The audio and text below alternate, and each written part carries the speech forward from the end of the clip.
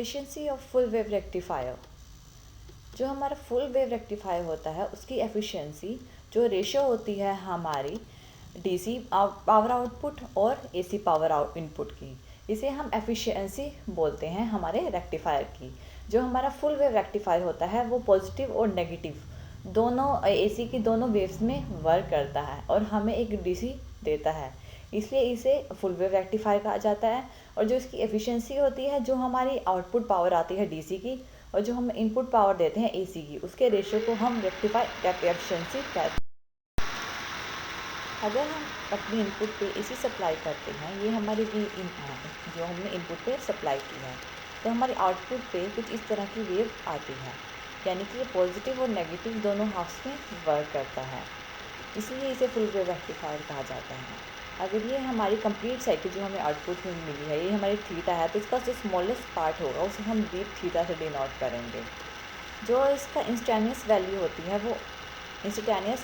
है वो I is equal to V upon R F plus R L होती है। आर एफ हमारा फॉरवर्ड रेजिस्टेंस होता है जो हमारा फॉरवर्ड डायोड में होता है, और आर एल हमारा लोड रेजिस्टेंस होता है जिसके थ्रू हम अपनी आउटपुट लेते हैं, यानी कि V upon R F plus R L sine theta.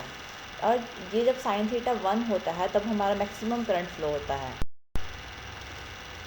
जो हमारा आई एम होता है वो is equal to V M upon R F plus R L के होता है, यानी कि जो हमारा स्मॉल आई होता है वो is equal to I M sine theta की होता है।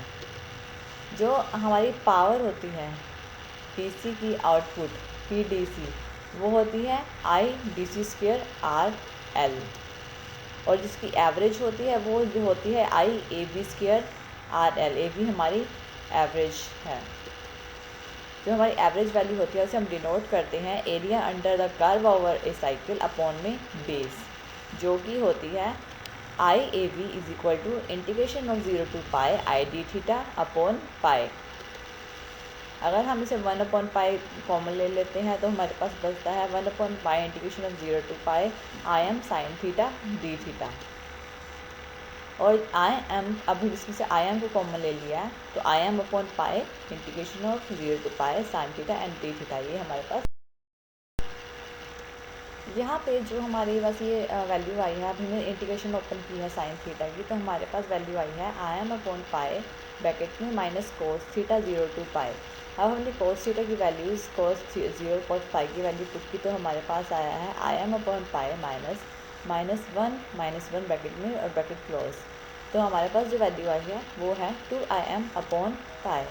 2im अपॉन पाई यानी जो हमारी पावर होती है डीसी आउटपुट की वो होती है P D C is equal to I square D C R L. ये जो हमारे पास आई स्क्वेयर डी सी आई है वो आई है हमारे पास 2im upon pi square L R L. अगर हम power of A C input देखें तो वो होती है power of A C I square R M S bracket में R F plus R L, forward resistor plus load resistor. और जो उसकी आर एम एस वैल्यू होती है वो इज इक्वल टू होती है root of area under the square rectifier wave over a cycle upon base. और यानी कि जो हमारी आई आर एम एस है वो इज इक्वल टू है root of 0 to pi integration I square D theta upon pi. Again हमने pi common ले लिया 1 upon pi root of 0 to pi I square M sine square theta D theta.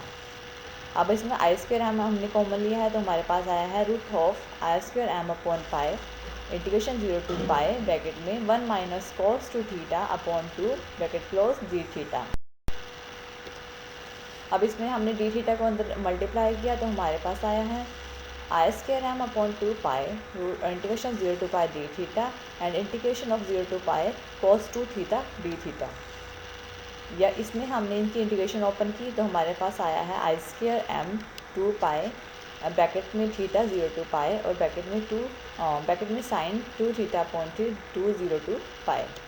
हमारे sign 2 theta upon 2 1 हो गया, तो हमारे पास बचा है bracket in root of I square M upon 2 pi minus 0, यानी हमने थीटा की वैल्यू पुट की है।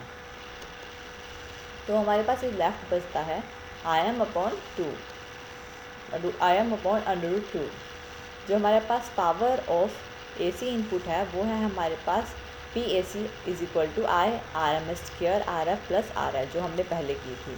और जो हमारे पास अब आई है वो है हमारे पास I M upon root two, जो हमारे पास वैल्यू आई है उसका स्केयर, यानी आई आर एम एस का square. I R M S हमारे पास वैल्यू आई है I M upon root two, यानी कि I M upon root two का स्केयर, ब्रैकेट में R F plus R L. R F हमारा फॉरवर्ड रजिस्टर डायोड का और plus load resistor R L, यानी कि जो हमारी रेक्टिफायर एफिशिएंसी होती है वो होती है power of DC upon power of. तो हमारे पास पावर ऑफ डीसी आउटपुट जो हमारे पास आई थी I M upon pi square R L, और power of AC input I थी वो आई थी I M upon two square bracket में R F plus R L. तो जो हमारी रेक्टिफायर एफिशिएंसी है वो क्या हो गई, जो हमने अभी अभी कैलकुलेट की है, I M upon pi square R L upon I M upon root two square R F plus R L. ये है हमारी रेक्टिफायर एफिशिएंसी और ये है हमारी efficiency of full wave rectifier. Thank you.